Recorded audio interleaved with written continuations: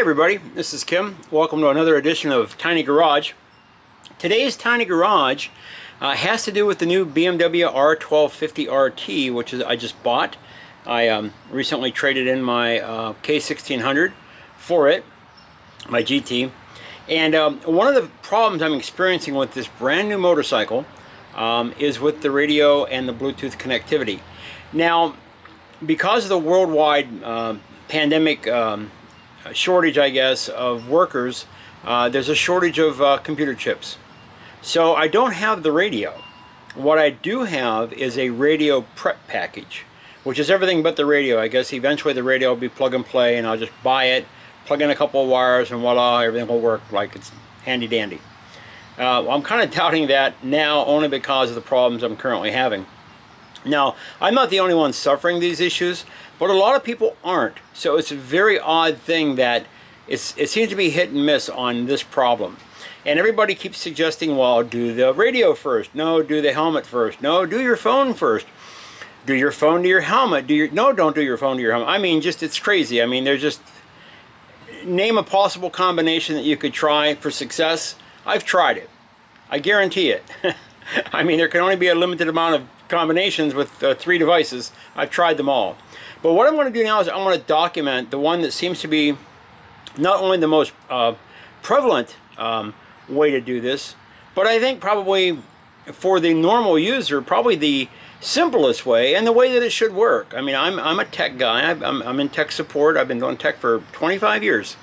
I sold VCRs and camcorders back in the 80s. So trust me, I know what I'm doing here. So let's leave the comments to be specific and detailed and not, well, try this, because trust me, I've tried it. Okay, so I'm going to spin the camera around right now. I've got another radio or another digital audio device in my helmet, so we can hear the helmet as it connects to the bike.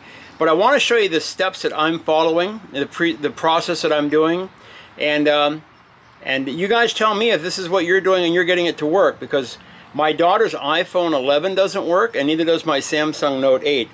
Now, someone did a video and said that they were in contact with BMW, and BMW is supposed to be coming up with a solution in September for this. Well, that's kind of like the solutions that BMW comes up with for other things. Those also seem to be hit and miss. But I just want to document this for the record, so that in the future, if there's still continuing issues with it, maybe I'll have something I can actually send to BMW and show them what normal people do when they try to connect their helmet and their phone to the new TFT display. So I'm going to spin the camera around right now. I'm going to fire up the bike, and we're going to go through this process step by step. Okay, so here we go.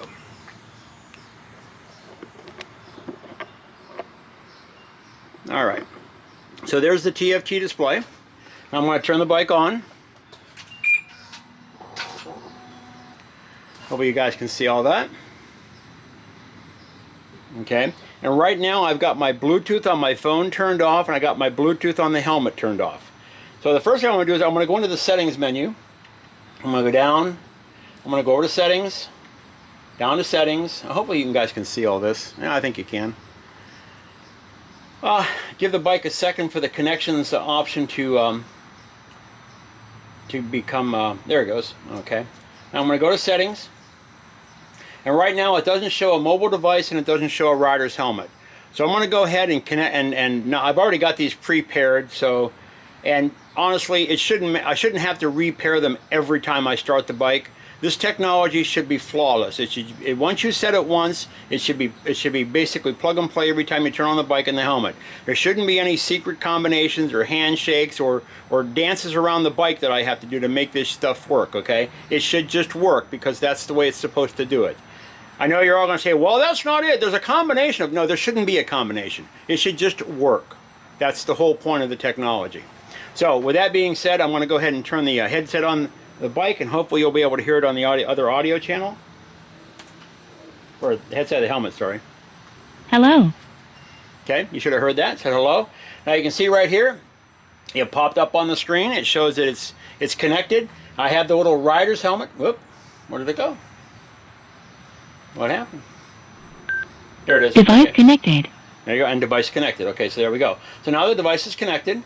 So I should be able to go back. There we go. I still have the helmet right there. Everybody says, well, make sure you got the helmet. Well, I've got the helmet. Okay. So I'm going to go up to mobile device. Now I'm going to take my phone, which is a Samsung Note 8. I have the Wi-Fi turned on but not connected to any local services because it's supposed to be part of the connection for the maps on the bike as well. So I'm going to press Bluetooth.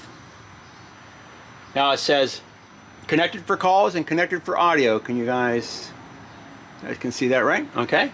And it shows on the display that it's connected. So far, so good. Both devices are now connected and working. Now let's see, the Motorrad is connecting for the Wi-Fi portion of the app. Let's see if it connects or not.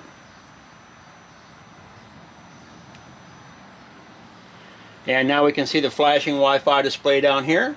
So now I'm showing my helmet, my phone. I believe that's my LTE signal strength, yeah, LTE signal. And then there's my Wi-Fi connection for the maps. So my phone is connecting properly to the bike, right? And now we got that said. Now let me go ahead just for the heck of it. And I'm going to go out of the menu. I'm going to go over to music or media. And I should be able to start my music playing just by hitting the playback button. So I have connectivity now. I got Bluetooth connectivity with the phone. So now I could put the phone in the wireless charging holder and forget about it. So far, so good. This is all working as planned. Now, let's go check out the phone. So I'm going to go up. I'm going to go over to telephone, go down. And there's a phone book. There's phone number, so it's got my contact list. There's my call list. That's where I live, by the way. And since they're closed today, I figured I could go ahead and call them because, right, I'm just going to get an answering machine. Now, so I'm going to call them right now. I'm going to press the button and call them. And there it is. It's dialing.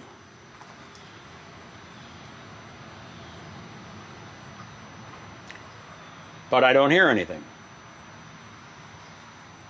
So I'm going to hang up the phone.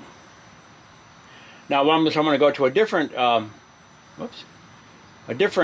number that I know won't be answered by a human, but we should hear something. And now my phone has changed, and now it's connected, but I don't hear anything. And this is the problem. It connects, but I can't talk to anybody because I can't hear anybody. And apparently when I've called people and asked them later on, they said they couldn't hear me either. So, by all rights, I should be able to have a phone conversation right now. That number's connected. Somebody answered that number, but yet I don't hear anything in the helmet. And this is my problem.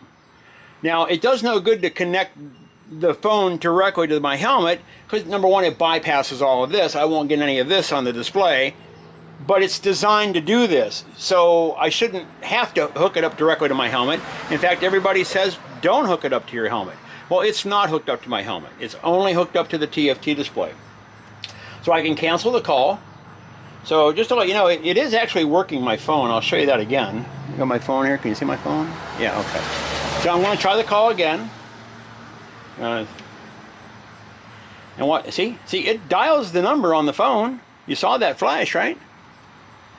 And then when I hang up, so it's connecting and doing what it should be doing. One more time. There you go. See? And dials the number. But it doesn't have any sound. So that's the problem. That's why I'm recording this. So somebody tell me if I'm doing all this wrong, okay?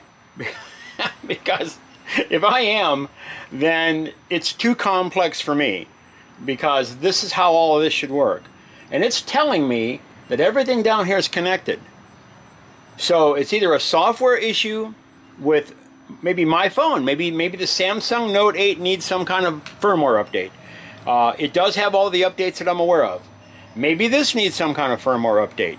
I can't do those. Apparently only the dealer can do those, which is really kind of stupid because there's a USB connection right inside this box right here. Yeah, right there.